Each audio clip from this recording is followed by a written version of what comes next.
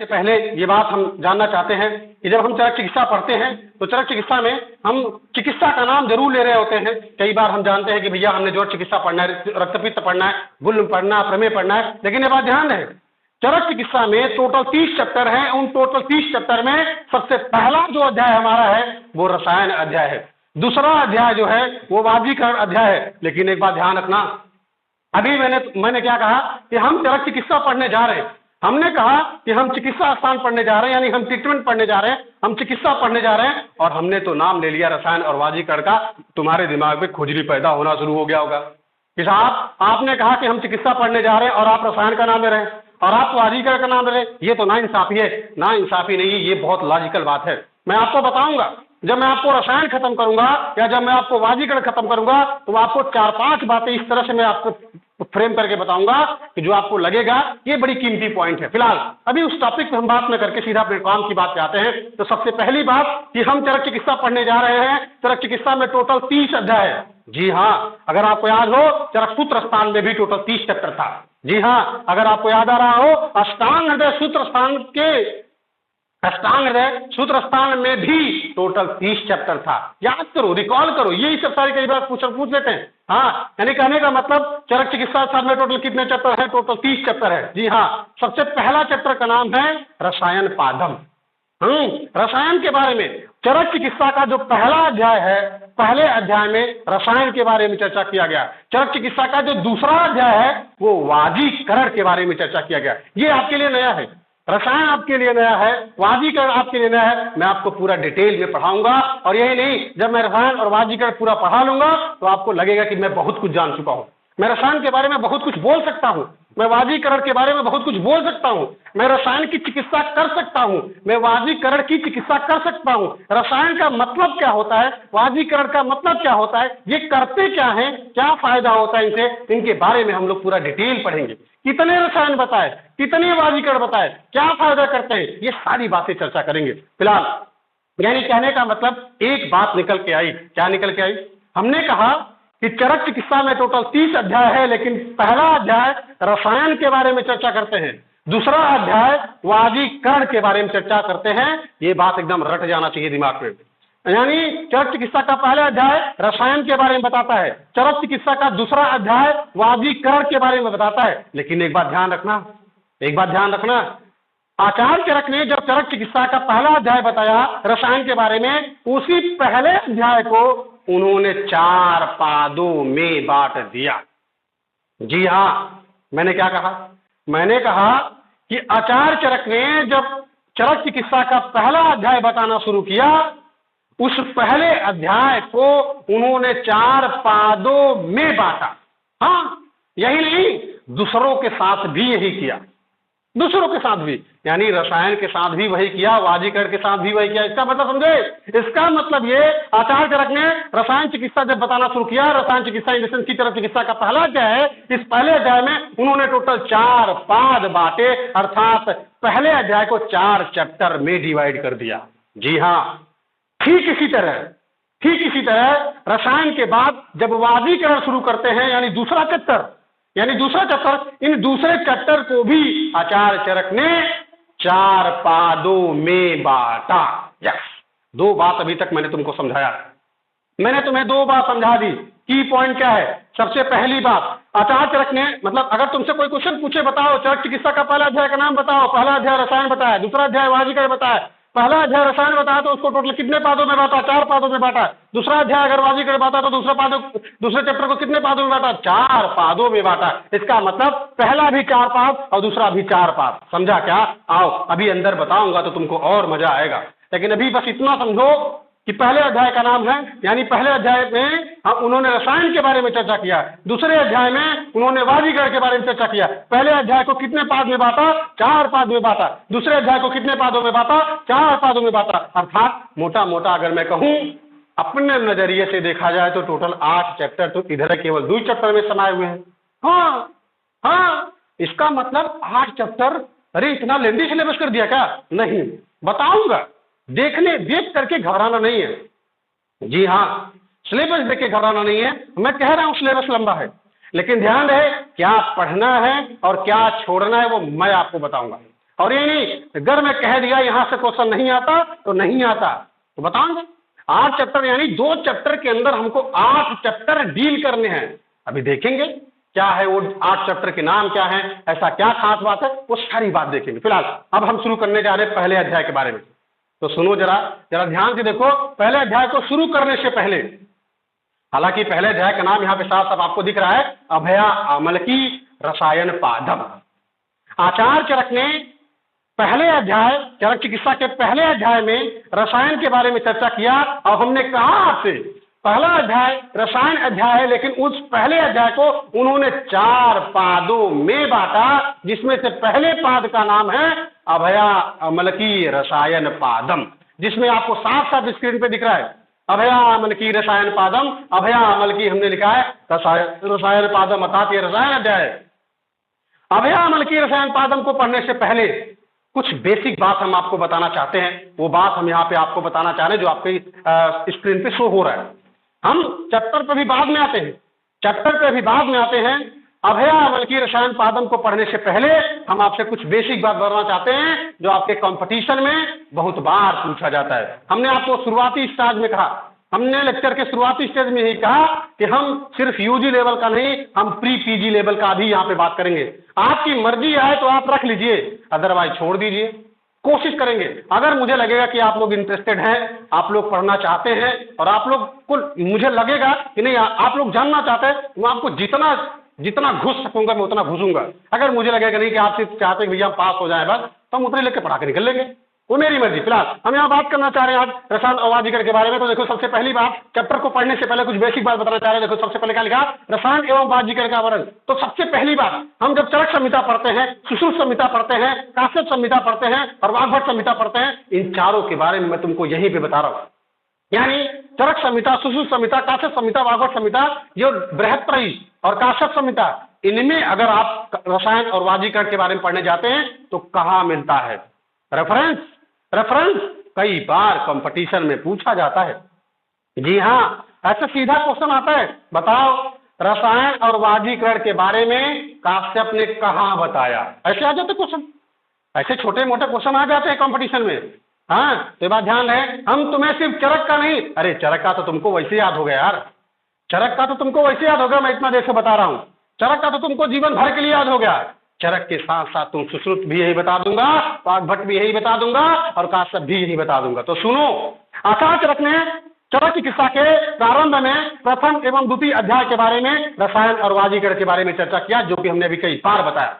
हमने कहा तुमसे कि पहला अध्याय चरक चिकित्सा का रसायन अध्याय है, दूसरा अध्याय चरक चिकित्सा का वाजीकरण अध्याय है, और साफ साफ पहली लाइन दिख रही है कि चरक चिकित्सा के प्रारंभ में क्या लिखा, चरक चिकित्सा के प्रारंभ में, अर्थात पहला एवं दूसरा पाठ जो हमारा रसायन और वाजीकरण होता है। पहला अध्याय रसायन है, दूसरा अध्याय वाजीकरण है। ये क्लियर है। अब दूसरा पॉइंट देखो, सुश्रुत संहिता के, यानी ये चरक वाला बात तो तुमको पता है। अगर मान लो तुमको कंपाइलेशन बनाना हो और तुमको मिल गया हो कंपाइलेशन का टॉपिक वाजीकरण रसायन, तो तुम कहाँ कहाँ ढूंढोगे।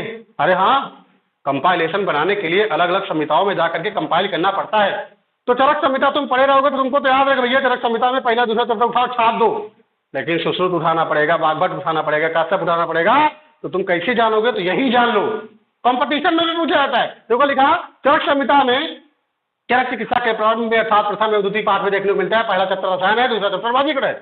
अब सुश्रुत संहिता में देखो, सुश्रुत संहिता के चिकित्सा के मध्य में अर्थात 26 से 30 पाठ तक देखने को मिलता है।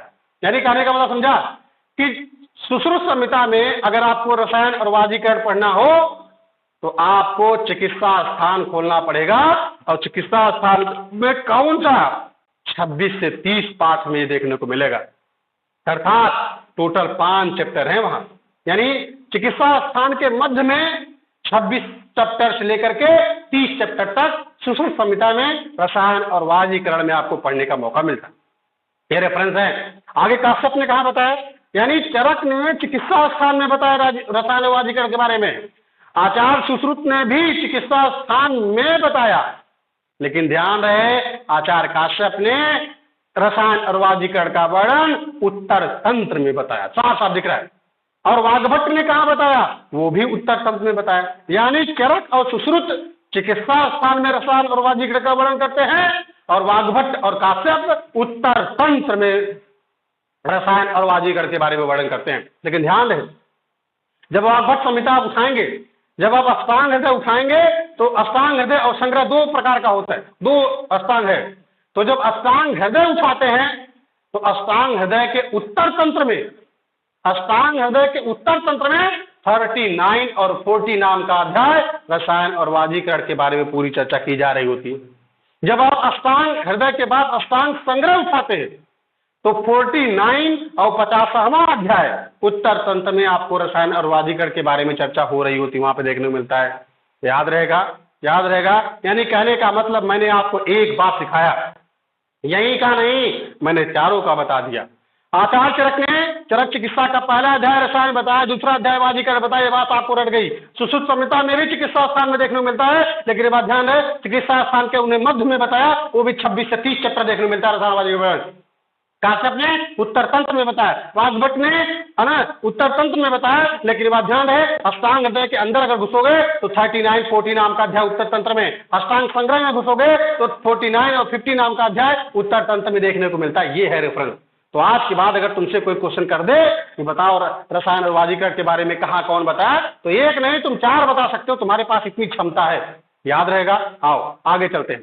ये तो रहा बेसिक कंसेप्ट, आप रसायन और वाजीकरण के रेफरेंस के बारे में हमने आपको बताया। अब दूसरी बात तुमसे क्वेश्चन पूछा जाएगा, बताओ चरक और सुश्रुत के रसायन और वाजीकरण में क्या अंतर है। हाँ, बहुत बेसिक बात है। तुमको लगेगा यार रसायन तो ये भी बताते हैं, वाजीकरण ये भी बताते हैं, चिकित्सा स्थान में वो भी बताया, चिकित्सा स्थान में वो भी बताया, तो भैया अंतर क्या है? तो सुनो जरा, देखो क्या लिखा। आचार्य चरक ने रसायन पहले बताई, उसके बाद वाजीकरण बताई। अरे मैं इतनी देर से यही तो चिल्ला रहा हूं, मैंने यही तो कहा कि जब चरक चिकित्सा पढ़ते हैं तो पहला अध्याय रसायन है, दूसरा अध्याय वाजीकरण है, लेकिन सुश्रुत संहिता में उल्टा है। सुश्रुत संहिता में उल्टा है। सुश्रुत संहिता में अरे चिकित्सा स्थान में तो वो भी बताते हैं, चिकित्सा स्थान में चरक भी बताते हैं। तो अंतर क्या है भाई? अंतर ये है कि आचार्य चरक ने जब रसायन और वाजीकरण के बारे में चर्चा किया तो पहले रसायन पढ़ाया पहला चैप्टर, उसके बाद वाजीकरण दूसरा चैप्टर पढ़ाया। लेकिन सुश्रुत संहिता में ऐसा नहीं है। आचार्य सुश्रुत ने पहले वाजीकरण बताया, देन रसायन के बारे में बताया। ये बेसिक अंतर है। याद रहेगा। यानी कहने का मतलब what is the basic difference between Charak एवं सुश्रुत, है ना, इन बिटवीन रसायन इन वाजीकरण। ये बात ध्यान रहे, आचार्य चरक ने पहले रसायन के बारे में बताया, उसके बाद वाजीकरण के बारे में बताया, लेकिन आचार्य सुश्रुत ने पहले वाजीकरण के बारे में बताया, देन रसायन के बारे में बताया। याद रहेगा। अगला लाइन द मोस्ट इंपॉर्टेंट, लगाओ डबल स्टार। बहुत बार पूछा जाएगा और तुम्हारे ऑब्जेक्टिव में पूछा जाएगा, तुम्हारे प्रॉफ एग्जाम में पूछा जाएगा। बताओ आचार्य चरक के अनुसार टोटल रसायन योगों की संख्या बताओ। आचार्य चरक के अनुसार टोटल वाजीकरण योगों की संख्या बताओ। कि साफ साफ तुम्हारे एग्जाम में पूछा जाने वाला क्वेश्चन है।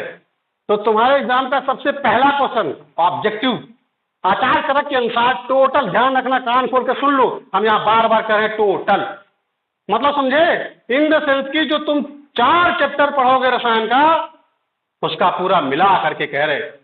इन द सेंस की समझे, जब टोटल वाजीकरण का टोटल 4 चैप्टर पढ़ोगे, उन चारों चैप्टर में मिला करके हम टोटल बता रहे हैं। ये बात ध्यान रहे। इन द सेंस की अगर तुमसे अलग अलग चैप्टर में कहा जाएगा तो उनके नंबर अलग अलग होंगे। ये भैया जो तुमको साफ साफ नंबर दिख रहा है ना, ये चारों चैप्टर के मिलाकर के हैं।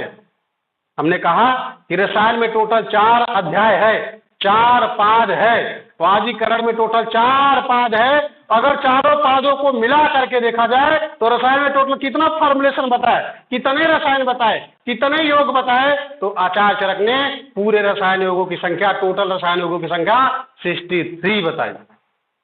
अब इसी 63 में देखो, अब चरक संहिता में रसायन पहले बताया, अब जो पहले आएगा, यानी रसायन पहले आया ना भाई, रसायन पहले आया, उसके बाद वाजीकरण बताया ना चरक ने, तो जो पहले आएगा वो ज्यादा पाएगा। कंसेप्ट याद करो, अरे थोड़ा फंडा याद करो, थोड़ा फंडा दिमाग लगाओ। फंडा व्हाट इज द फंडा? फंडा इज द कि जो पहले आएगा वो ज्यादा पाएगा, जो बाद में आएगा वो कम पाएगा। रसायन पहले आया इसलिए 63 सबसे ज्यादा पाया, और वाजीकरण बाद में आया इसीलिए -13 अर्थात अर्धशतक अर्थात 50 पाया। अरे समझा क्या? याद रहेगा, याद रहेगा। अगर तुमसे कोई क्वेश्चन करे बताओ आचार्य चरक ने टोटल कुल रसायन कितने योगों की संख्या बताई, तो आंसर रहेगा 63। आचार्य चरक ने टोटल वाजीकरण योगों की संख्या कितनी बताई, तो आंसर रहेगा 50 यानी 50। और कभी अगर कंफ्यूजन हो, कभी अगर कंफ्यूजन हो तो याद रखना अर्धशतक यानी क्रिकेट वाला अर्धशतक, ये दिमाग में जरूर रखना, तो तुमको याद आएगा। अर्धशतक यानी 50, फिर तुमको ये भी याद आएगा अरे उस 13 घटाया गया था इसीलिए वो 50 बना था, अर्थात ऑटोमेटिक याद आएगा 50 + 13 = 63, अर्थात रसायन का 63 होता है और वाजीकरण का अर्धशतक अर्थात 50 होता है। याद रहेगा, याद बड़ा इंपॉर्टेंट है, बड़ा इंपॉर्टेंट है। क्वेश्चन पूछा जाता है कि बताओ आचार्य चरक ने टोटल, कान खोल कर सुन लो, मैं टोटल कह रहा हूं, टोटल कहने का मतलब यह है कि वो चारों चैप्टर सब समा गए थे। उन चारों चैप्टर को मिला करके मैं बोल रहा हूं। अरे जब मैं तुमको चैप्टर पढ़ाऊंगा तो वहां पे फिर से पढ़ाऊंगा कि देखो इसमें इतना है, उसमें उतना है, उसमें इतना है, और जब टोटल मिलाओगे तो 63 ही आएगा। याद रहेगा। तो आचार्य चरक के अनुसार टोटल रसायन की संख्या कितनी है, टोटल रसायन योगों की संख्या कितनी है, तो आपका आंसर 63 होना चाहिए। आचार्य चरक के अनुसार टोटल वाजीकरण योगों की संख्या कितनी है, तो आपका आंसर 50 यानी 50 होना चाहिए। आगे लिखा है अभयामल की प्रयोग आल्सो इन सुक्रदोष, तो ठीक है, ये लाइन है थोड़ा सा कंपटीशन लेवल का। आगे चलते हैं। हमने कहा कि जो हम रसायन चिकित्सा पढ़ने जा रहे हैं, हम रसायन पाद के बारे में पढ़ने जा रहे हैं, या हम रसायन चिकित्सा पढ़ेंगे, फिर वाजीकरण चिकित्सा पढ़ेंगे। तो हम जो पहला अध्याय पढ़ने जा रहे हैं रसायन चिकित्सा, हमने कहा कि रसायन चिकित्सा को आचार्य चरक ने टोटल 4 पाद में बांटा है। तो यहाँ पे साफ साफ दिख रहा है, देखो लिखा है रसायन चिकित्सा, एरो मार के लिखा 4 पाद, अर्थात रसायन चिकित्सा के बारे में आचार्य चरक पहले अध्याय जो रसायन चिकित्सा बताते हैं, उस रसायन चिकित्सा में टोटल 4 पाद बांटा गया, अर्थात 4 पाद में उसे कह दिया गया। आओ अब इन्हीं चैप्टर के नाम पढ़ने हैं और इन पर्टिकुलर चैप्टरों में टोटल कितने कितने योग बताए और कौन कौन से योग बताए, ये ध्यान रखना। आओ बताते, यानी दिमाग खुल रहा है। अरे ये बात समझ में आ रही क्या? यानी 4 चैप्टर वो जो रसायन के बारे में बताए ना, उन चारों चैप्टर का नाम एकदम टिक पे होना चाहिए। जी हाँ, वो चाहे रसायन का हो और चाहे वाजीकरण का हो, और ये तुम्हारे एग्जाम में बहुत धड़ल्ले से क्वेश्चन पूछा आता है, पूछा जाएगा, बताएंगे। फिलहाल अभी सुनो, हम बार बार कह रहे हैं कि रसायन चिकित्सा को टोटल 4 पादों में बांटा गया, तो उन 4 पादों का नाम बताओ। तो नाम याद करने का तरीका देखो, यहाँ पे फंडा लिखा है। फंडा क्या है? आपका आयुर्वेद। ये रसायन चिकित्सा के चारों पादों को याद करने का तरीका है, ये कोड है, ये फंडा है। क्या है? आपका आयुर्वेद। आ मतलब अभयामल की, प मतलब प्राणकामी, क मतलब कर प्रचीति, आयुर्वेद मतलब आयुर्वेद समुत्थानी। याद रहेगा, याद रहेगा। अगर तुमसे कोई क्वेश्चन कह दे बताओ आचार्य चरक ने रसायन चिकित्सा में टोटल कितने पाद बताए, तो आपका आंसर रहेगा 4। उन चारों पादों का नाम बताओगे क्या? जी हाँ। कैसे बताओगे? आपका आयुर्वेद, आ मतलब अभयामल की, प मतलब प्राणकामी, क मतलब कर प्रचीति, आयुर्वेद मतलब आयुर्वेद समुत्थानी। याद रहेगा। ये चैप्टर के नाम है, ये चैप्टर के नाम है। हम बार बार कह रहे हैं कि आचार्य चरक ने रसायन चिकित्सा को टोटल 4 पादों में बताया। उन 4 पादों में यानी उन 4 चैप्टरों के जो नाम हैं, यही 4 साफ साफ आपको दिख रहे हैं। पहले चैप्टर का नाम है अभयामल की रसायन पादम, दूसरे चैप्टर का नाम है प्राणकामी रसायन पादम, तीसरे चैप्टर का नाम है कर प्रचीति रसायन पादम, चौथे चैप्टर का नाम है आयुर्वेद समुत्थानी रसायन पादम। याद रहेगा। तो आज के बाद अगर तुमसे कोई कह दे कि बताओ आचार्य चरक ने जो रसायन चिकित्सा बताई उनके चारों चैप्टर का नाम सुनाओ, तो कोड क्या है? कोड क्या है? आपका आयुर्वेद। आ मतलब अभयामल की, प मतलब प्राणकामी, क मतलब कर प्रचीति, आयुर्वेद मतलब आयुर्वेद समुत्थानी। याद हो गया, याद हो गया चैप्टर के नाम। अब हम तुमको योग बताते। देखो अभी मैंने तुमको कहा कि टोटल में अगर काउंट करोगे तो रसायन का नंबर 63 है, बताया अभी। हाँ, अब उसी 63 को कैसे हम 63 कह दिए, यहां तुमको जब जोड़ोगे तो आंसर पा जाओगे। यानी कहने का मतलब अलग अलग जो पाद हैं रसायन के, अलग अलग पाद में अलग अलग योगों की संख्या है, लेकिन अगर इन चारों पादों को टोटल काउंट कर दिया जाए तो उसका आंसर 63 ही आएगा। तो आओ, जैसे हमने पढ़ा कि आचार्य चरक ने रसायन चिकित्सा को टोटल 4 पादों में बताया और उन 4 पादों को तुमने नाम भी सीखा, जिनके नाम क्या हैं। वैसे ही मैं दूसरी बात सिखाने जा रहा हूं कि उन 4 पादों में कितने टोटल रसायन हैं, टोटल कितने रसायन योगों की संख्या है, तो इसको याद करना है। कैसे याद करना है, सुनो। जैसे हमने अभी याद कराया चारों चैप्टर का नाम आपका आयुर्वेद। अ मतलब अभयामल की, प मतलब प्राणकामी, क मतलब कर प्रचिति, आयुर्वेद मतलब आयुर्वेद समास्थानी। वैसे याद करने का प्रयास करोगे। अभयामल की में टोटल कितने योग है, 6। यानी आचार्य चरक ने रसायन चिकित्सा का जो पहला पाद है, जो पहला पाद है, पहला अध्याय है, उस पहले पाद में टोटल केवल 6 ही रसायन योग है। दिख रहा है, देखो गोला गोला।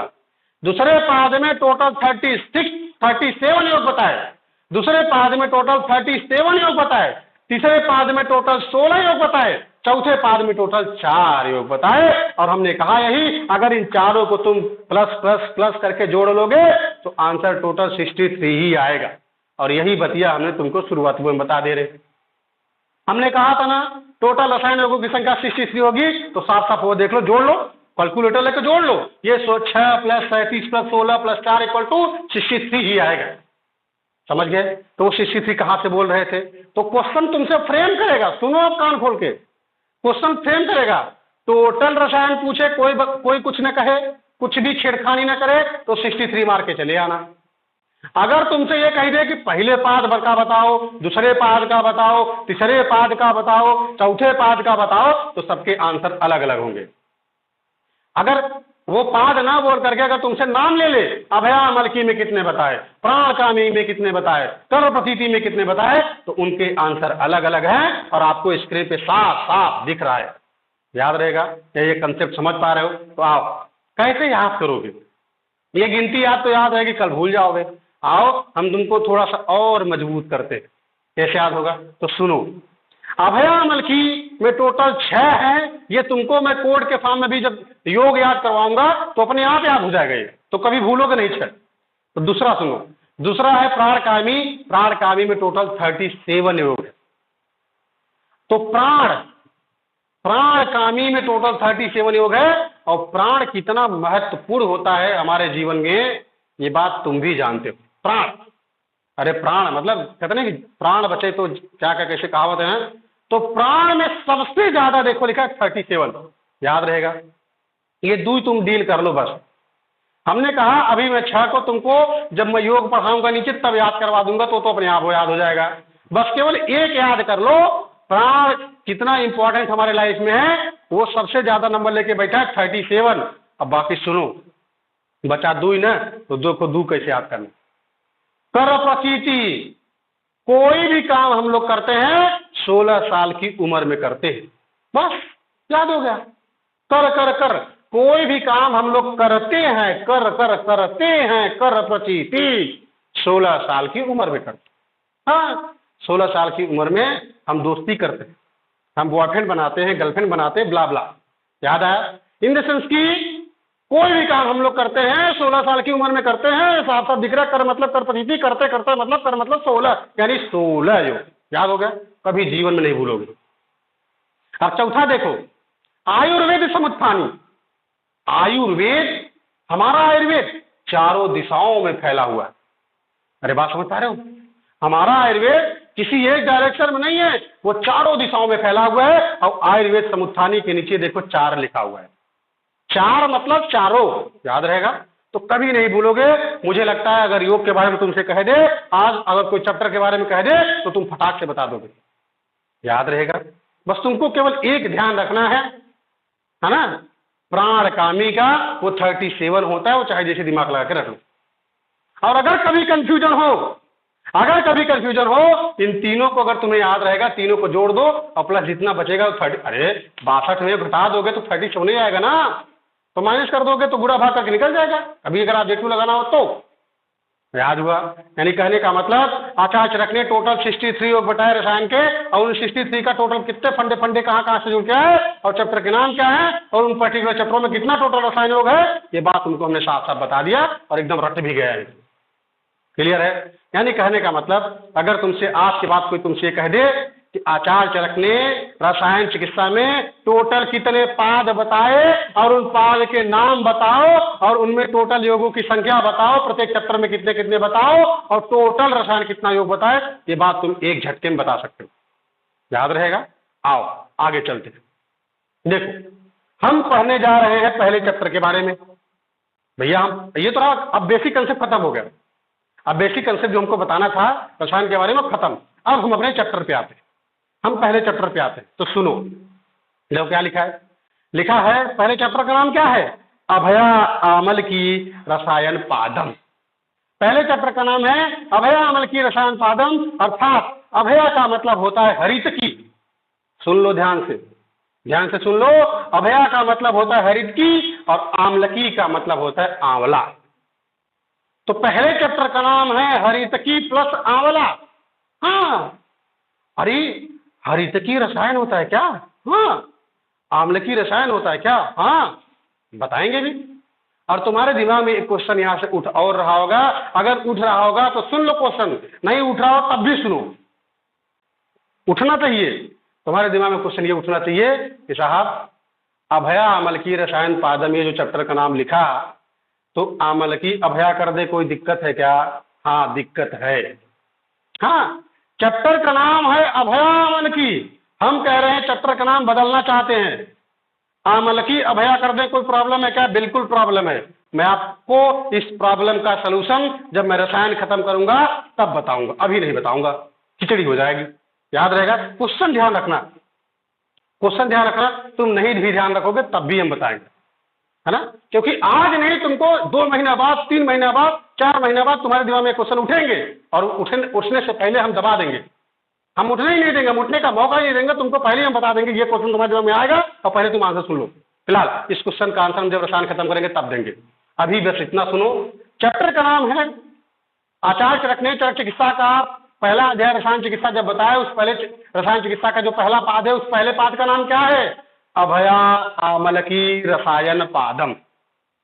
अभया का मतलब होता है हरितकी, अभया का मतलब हरितकी, आमलकी का मतलब आमलकी। अर्थात इस चैप्टर में हरितकी के बारे में भी बताया गया है और आमलकी के बारे में भी बताया गया है और उनसे संबंधित योगों के बारे में भी बताया गया। देखेंगे देखेंगे, लेकिन चैप्टर का नाम पता होना चाहिए, वो पता चल चुका है आपको, और चैप्टर का मतलब पता होना चाहिए। और ये जो क्वेश्चन हमने फ्रेम किया ना, ये क्यों आगे पीछे आए? भैया अभया ही आगे क्यों लिखा गया? आमलकी लिख देते, क्या दिक्कत है? अच्छा नहीं लग रहा है, पहले वो लिख देते, उसका लॉजिक है। ये अभया ही क्यों लिखा पहले, आमलकी बाद में क्यों है? पढ़ाएंगे, बाद में बताएंगे, अभी नहीं, अभी अच्छा नहीं लगेगा इसलिए। फिलहाल यानी कहने का मतलब समझा क्या? पहले चैप्टर का नाम क्या है? अभया आमलकी रसायन पादम। तो आओ, अभया आमलकी रसायन पादम में एक खास बात हम आपको बताने जा रहे हैं। अब चैप्टर हमारा शुरू, पहला चैप्टर हमारा शुरू अच्छे से। तो देखो, अभया आमलकी रसायन पादम हम पढ़ने जा रहे हैं। अभया आमलकी रसायन पादम में मैंने कहा कि टोटल 6 योग है। अरे याद आया, याद आया? अरे ऊपर साफ साफ दिख रहा है टोटल 6, देखो ना, ध्यान से देखो। अभया आमलकी रसायन पादम में टोटल 6 योग ही है, रसायन की संख्या टोटल 6 फॉर्मुलेशन रसायन योग ही है। इन 6 के नाम आपको याद करवा रहा हूं, याद कर लीजिए। जरूरी नहीं है कि आपको 6 याद हो जाए या रहे, जरूरी नहीं है, ये कंपलसरी नहीं है, लेकिन अगर याद हो जाता है तो दिक्कत क्या है भाई? हम 37 तो नहीं याद कर सकते, बात समझिएगा। हम 37 तो नहीं याद कर सकते, हम 16 तो नहीं याद कर सकते, लेकिन 6 तो याद किया जा सकता है। और हमारे पास यहाँ फंडा है, तो क्यों नहीं याद किया जाए? तो देखो फंडा लिखा है, यानी कहने का मतलब आचार्य चरक ने अभया आमलकी रसायन पादम को जब बताया तो टोटल 6 योग बताया, और वो 6 योगों के नाम क्या हैं? यहाँ एक कोड लिखा है, उस कोड के माध्यम से हम 6 योग रटवाना चाह रहे हैं। तो सुनो, लिखा है कोड योग का कि ब्रह्मा के च्यवन मंत्र से, कोड क्या है? ब्रह्मा के च्यवन मंत्र से सबका लक हरा हो जाता है। कोड क्या है? पहले अध्याय अर्थात पहले पाद के टोटल योग 6 हैं, उन 6 योग को हम पढ़ना चाह रहे हैं, 6 योग का नाम याद रखना चाह रहे हैं। उन 6 योग को याद रखने का तरीका क्या है? कोड क्या है? फंडा क्या है? ब्रह्मा के च्यवन मंत्र से सबका लक हरा हो जाता है। ब्रह्मा से ब्रह्म रसायन, और अपने अध्याय में 2 ब्रह्म रसायन है। प्रथम ब्रह्म रसायन, द्वितीय ब्रह्म रसायन। च्यवन का मतलब च्यवनप्राश। हाँ, अरे जो तुम रसायन क्या बोलते हो, भैषज कल्पना, जो तुम भैषज कल्पना में च्यवनप्राश बनाए हो ना, जो तुम द्रव्य गुण में च्यवनप्राश बनाए हो ना, वो चरक चरक जब बताते हैं तो यही बताते हैं। याद आ रहा है? च्यवनप्राश के बारे में पढ़े होगे तुम सेकंड ईयर में। तो च्यवनप्राश के बारे में आचार्य चरक ने कहाँ बताया? यही बताया। रसायन, अरे च्यवनप्राश रसायन है ना, रसायन चिकित्सा के पहले पाद में च्यवनप्राश के बारे में आचार्य चरक डिटेल बताते हैं। How to make the chyawanprash, how to use the chyawanprash, what is the dose of chyawanprash, what is the indication of chyawanprash, what is the contraindication of chyawanprash, पूरी बात बताएंगे। और बड़ा इंपॉर्टेंट, वो पेपर में पूछे चाहे ना पूछे, लेकिन हम च्यवनप्राश खाते हैं तो हमको तो पता होना चाहिए। अरे हम खाते चाहे ना खाते, लेकिन हमको ये पता है ना कि हमारे एग्जाम में पूछा जाता है, कंपटीशन में पूछा जाता है, तो हमको तो पता होना चाहिए। तो मैं बताऊंगा, फिलहाल अभी आप इतना जानिए। यही टोटल 6 योग है, टोटल 6 योग है। पहला योग, सबसे पहला हमने क्या लिखा? ब्रह्मा के च्यवन मन से सबका अलग खड़ा हो जाता है। ब्रह्मा से क्या होगा? प्रथम ब्रह्म रसायन, द्वितीय ब्रह्म रसायन। च्यवन से मतलब क्या होता है? च्यवनप्राश। लक से क्या हो जाता है? आमलक रसायन। लक लक आम, लक लक लक आमलक रसायन। हरा से 2 हरी, हरी वाली हरा से 2 है। जैसे ब्रह्म रसायन 2 था, वैसे हरा भी 2 है। हरा मतलब हरितकी, लक मतलब आमलक। प्रथम हरित की रसायन, द्वितीय हरित की रसायन। अब प्रथम में तुम प्रथम जोड़ो चाहे ना जोड़ो, अंडरस्टूड है।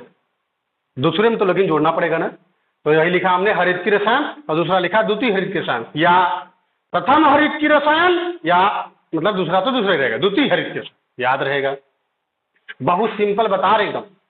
तो अगर तुमसे कोई क्वेश्चन कहे कि आचार्य चरक ने जो रसायन चिकित्सा का जो पहला पाद बताया, उस पहले पाद में टोटल कितने योग हैं? 6 योग हैं। उन टोटल 6 योगों का नाम बताओगे क्या? जी हाँ, बताएंगे। कैसे बताएंगे? ब्रह्मा के च्यवन मन से सबका अलग हरा हो जाता है। ब्रह्मा से 2, अर्थात प्रथम ब्रह्म रसायन, द्वितीय ब्रह्म रसायन। च्यवन का मतलब च्यवनप्राश, लक से आमलक रसायन, हरा से प्रथम हरित की रसायन, हरा से दूसरी हरित की रसायन। ये तो 6 नाम याद हो गए। देख लो ना, 6 है। ध्यान से देखो, 6 ही आ रहे हैं। 2 ब्रह्म रसायन हो गए, 1 च्यवनप्राश, 3 आमलक, 4 2 हरित की वाले 6, 4 2 6 ले। तुमको गिनती भी याद है, चैप्टर भी याद है, और तुमको फार्मूला भी याद है। कितने फार्मुलेशन बताए, ये भी याद करा दिया, याद रहेगा। आगे लिखा है, च्यवन मंत्र का उपयोग मूढ़ गर्भ में करते हैं। पढ़ोगे, गायनी में पढ़ोगे, और भी जगह पढ़ोगे। फिलहाल अभी बस इतना रख लो कंपटीशन के लिए। ये तुम्हारे प्रोफ में नहीं आएगा, ये तुम्हारे कंपटीशन में आएगा। क्या है? क्वेश्चन आता है कई बार कि च्यवन मंत्र का उपयोग करते हैं, है ना? च्यवन मंत्र का मूढ़ गर्भ में, जब बच्चा पैदा होता है, जब बच्चा पैदा होने लगता है तो बच्चा बाहर नहीं आता ना। बच्चा कहता है मैं बाहर नहीं आऊंगा।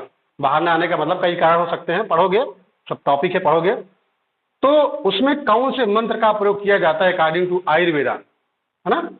तो च्यवन मंत्र का प्रयोग करते हैं। तो याद रहेगा कंपटीशन के लिए, यानी च्यवन मंत्र का उपयोग मूढ़ गर्भ में करते हैं। बस एक लाइन याद कर लो बस। आगे लिखा है, संतान मूल, वाजिकर, अपत्य मूल, स्त्री। ये सब बाद में समझ आएगा, है ना? अपत्य, है ना? अपत्य का मतलब होता है, मतलब यहाँ पे संतान के बारे में बात करें, ठीक है? ये सब बाद में पढ़ लोगे तो बाद में समझ आएगा, अभी तो इसको छोड़ दो। अब चलते हैं, अगला टॉपिक है। हम पहला चैप्टर पढ़ रहे हैं, हमने आपको बताया हम पहला चैप्टर पढ़ रहे हैं, अभया अमल की रसायन पादम। उस पहले चैप्टर के बारे में हमने टोटल योग पढ़ा, कितने हैं, कौन क्या नाम पढ़ा। अब इसी क्रम में हम जो अगला हेडिंग पढ़ने जा रहे हैं चैप्टर में, पहले चैप्टर में, पहले पाद में रसायन के हेडिंग है भेषज के पर्याय। भेषज, ये भेषज का मतलब क्या होता है भाई? यानी आचार्य चरक ने भेषज के टोटल कितने पर्याय, कंपटीशन में आएगा। अब तुम्हारे प्रोफ में इतना डीप में नहीं जाएगा, तुम्हारे प्रोफ में इतना डीप में नहीं जाएगा, कंपटीशन में आते हैं, पूछा जाता है आचार्य चरक के अनुसार भेषज के पर्याय टोटल कितने होते हैं। What is the meaning of bheshaj? भेषज का मतलब होता है मेडिसिन। भेषज का मतलब होता है मेडिसिन, समझिए। मतलब आचार चरक के अनुसार मेडिसिन के पर्याय टोटल 9 हैं। आचार चरक के अनुसार भेषज के पर्याय टोटल 9 हैं। गिनती याद रखना, हालांकि अगर श्लोक याद हो जाएगा तो गिनती याद रखने की जरूरत तो नहीं पड़ेगी, अपने आप याद हो जाता है कि भैया 9 को निकाल लेंगे, छाप लेंगे। लेकिन नहीं याद है तो गिनती याद कर लो। तो आओ हम बताते हैं। अच्छा, इन्होंने तो 9 बताया ना, अगर तुम चाहते हो तो लिख लेना। जब सुश्रुत की बात आती है ना, वो बंदा केवल 3 मानता है। आचार चरक ने भेषज के पर्याय टोटल 9 माने, आचार सुश्रुत ने भेषज के पर्याय टोटल 3 माने, आचार वाग्भट ने भेषज के पर्याय टोटल 8 माने। तो अगर इच्छा है तो लिख लो, अदरवाइज चरक याद कर लो केवल। वाग्भट ने 8 पर्याय बताया भेषज के, सुश्रुत ने 3 पर्याय बताया भेषज के, और चरक ने टोटल 9 पर्याय बताए। फिलहाल फोकस ऑन द चरक संहिता। तो आचार चरक ने टोटल 9 बताया, तो कौन कौन है इनके बारे में और पूछा जाता है। हालांकि 5 नंबर का पैटर्न है आपके पास, तो पूछने का चांस है, लेकिन हम कह रहे हैं वो पूछे चाहे ना पूछे तब भी आपको पता होना चाहिए। अगर मैं कह रहा हूं तो कुछ कारण होगा क्यों कह रहा हूं, कहीं ना कहीं काम आएगा, इसलिए हमको जरूरी है जानना। तो आओ इन 9 के बारे में पढ़ते हैं, एक एक के बारे में पढ़ते हैं। ये 9 है क्या? तो पहला श्लोक आपके एग्जाम का, इन सेंस कि आपके लिए जो पहला श्लोक है जो आपको याद करना है, याद होना चाहिए। अगर तुमसे कोई कह देना कि बताओ भेषज के पर्याय कौन कौन है, एक झटके में ऐसे श्लोक निकलना चाहिए। क्या है श्लोक? चिकित्सतम व्याधि हरम पथ्यम साधनम औषधम। सुनो ध्यान से, अगर तुम ध्यान से यही सुनते रहोगे ना तो 50% तो छोड़ो, 80% यही याद हो जाएगा। भेषज के पर्याय चरक ने क्या बताया? चिकित्सितम व्याधि हरम पथ्यम साधनम औषधम प्रायश्चितम प्रशमनम प्रकृति स्थापन हितम। तो सुनो ध्यान से, भेषज के पर्याय चरक ने क्या बताया? टोटल 9 बताए। कितने बताए? टोटल 9 बताए। कौन कौन है? श्लोक क्या है? सुनो। चिकित्सितम व्याधि हरम पथ्यम साधनम औषधम प्रायश्चितम प्रशमनम प्रकृति स्थापनम हितम। तो सुनो, अब एक एक का मतलब तुमको बताते हैं। यहां मेरे कॉपी में नहीं लिखा है और जरूरत भी नहीं लिखने की। एक बार किताब पलट लेना, वो जीवन भर तुमको याद हो जाएगा, क्योंकि बड़े आसान है, तुम पढ़ के भी आए हो। तो सुनो, श्लोक याद कर लो, वो बहुत हमारे काम का चीज है। बाकी तुम जान जाओगे, पढ़ते पढ़ते इतना ट्रेंड हो जाओगे ना रसायन को कि तुमको ऑटोमेटिक ये सब आने लगेगा, मुंजवानी। तो सुनो, मैं आपको सुना रहा हूं। चिकित्सितम, चिकित्सितम का मतलब होता है कि जो रोगों को दूर करने वाला होता है। अरे चिकित्सा का मतलब, चिकित्सित का मतलब यही तो होता है कि जो रोगों को दूर करे, जो रोगों को दूर करने वाला होता है, वही तो होता है चिकित्सित। व्याधिहर, व्याधिहर का मतलब होता है जो व्याधि को हरण करने वाला हो, यानी रोग को हरने वाला हो, उसे ही तो व्याधिहर कहते हैं। अरे हरण का मतलब हरने वाला, व्याधि को हरने वाला मतलब व्याधिहर। सिंपल सी बात है। अरे कोई नई बात लिखा है क्या यहाँ? पथ्यम, पथ्यम का मतलब होता है कि जो हमारे पथ मार्ग के लिए हितकारी हो, यानी जो हमारे स्रोतसों के लिए हितकारी हो, उसे बोलते हैं पथ। यानी ये मेडिसिन के पर्याय हैं, भेषज के पर्याय हैं। अगला है पथ के बाद साधन। साधन का मतलब किसका साधन? आरोग्य का साधन। हम बीमार नहीं रहना चाहते। नहीं भैया, जब बीमार होगे दवाइयां खाओगे तभी तो आरोग्य बनोगे। आरोग्य का साधन है मेडिसिन, इसीलिए इसको साधन बोला गया है ना, साधन। अगला क्या है? औषध। औषध, औषध ही भेषज का पर्याय है। औषध का मतलब मेडिसिन, मतलब दवाई, यानी औषधि, यानी औषधियां व्याधि के लिए हितकारी होती है, होती ना। अगला क्या है? प्रायश्चितम। प्रायश्चितम का मतलब कि जो अशुभ या अहितकर कार्य करने से जो बीमारियां होती हैं, या जो पाप करने से जो बीमारियां होती हैं, उनको दूर करने का जो उपाय है वही प्रायश्चितम है। प्रशमनम, प्रशमनम यानी प्रशमन, अर्थात जिस क्रिया के थ्रू शारीरिक दोषों को व रोगों को शांत किया जाए, उसे ही प्रशमन कहा जाता है। अरे यही तो होता है, फर्स्ट ईयर सीट पढ़ते आए हो। प्रकृति स्थापन, प्रकृति स्थापन यानी अपने प्रकृति अवस्था में लाना, उनको स्थापित करके छोड़ देना, किसको? दोष को, धातु को, मलों को, उनको अपने स्वाभाविक यानी सम रूप में लाना, उसे ही बोलते हैं प्रकृति स्थापन। अगला है हितम। हितम का मतलब जो हमारे लिए हितकारी हो, जो हमारे लिए हित हो, जो हमारे शरीर के लिए हित हो, जो हमारे शरीर के लिए लाभकारी हो, उसे हित कहते हैं। वही दवाई है, वही भेषज है। तो बताओ क्या ये सब चीजें लिखने की जरूरत है क्या यहाँ पे हिंदी में? मुझे नहीं लगता, इसलिए मैंने केवल श्लोक लिख के छोड़ दिया, याद रहेगा। तो अगर मान लो तुम्हारे एग्जाम में वैसे पूछेगा नहीं 5 नंबर में, वो क्या पूछेंगे? पूछ भी सकते हैं, उनकी मर्जी है, लेकिन मैं कह रहा हूँ उन्हें छोड़ना नहीं है। मैंने कहा ना पेपर में आया कहना है, लेकिन पढ़ना है, तो कुछ तो कारण होगा, मैंने कहा है। तो यानी कहने का मतलब अगर मान लो तुमको लिखना हो भेषज के पर्याय, मान लो एग्जाम में आ गया, एग्जाम पर कैसे लिखोगे? तुमने लिखा, एक चीज हमेशा अपने खून में अब डाल लो। हालांकि जो मेरे पुराने स्टूडेंट हैं जो पढ़ चुके हैं, उनको पता है मेरा क्या डायलॉग है। हमने कहा है कि जब भी किसी बात को पढ़ो रेफरेंस सहित पढ़ो। अगर तुमसे कोई आज के बाद कहे दे भैया बताओ भेषज के पर्याय चरक ने कहा बताए, तो फटाक से तुम एड्रेस बता दो। तो ऐसे ही पेपर में भी लिखो रेफरेंस यानी संदर्भ। हम संदर्भ लिखेंगे, हम ये भी बताएंगे टोटल भेषज के पर्याय कितने, हेडिंग बना बना के लिखेंगे। और हम टोटल 9 हेडिंग बनाएंगे कि भेषज के पर्याय टोटल 9 बताया, तो पहला हेडिंग चिकित्सतम, दूसरा व्याधिहरम, तीसरा आगम प्रथम, चौथा साधनम, पांचवा औषधम, पांचवा प्राशितम, छठवां प्रशमनम, सातवां प्रकृति स्थापन, आठवां सॉरी उल्टा हो गया क्या, प्रकृति प्राशितम, प्रशमनम, प्रकृति स्थापन, और फिर लास्ट में हितम। हो गया ना टोटल 5, तो 8, तो सॉरी 9, 5 ऊपर है 4 नीचे है। ऐसे हेडिंग बना बना के लिखोगे तो सुनो, याद रहेगा।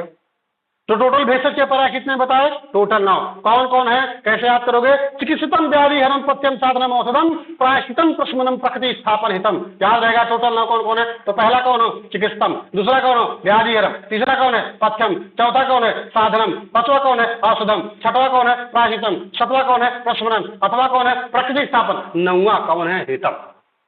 ये है टोटल 9 नाम। ये मेडिसिन के पर्याय हैं, ये भेषज के पर्याय हैं, याद रहेगा। ये है साहब भेषज के पर्याय, है ना।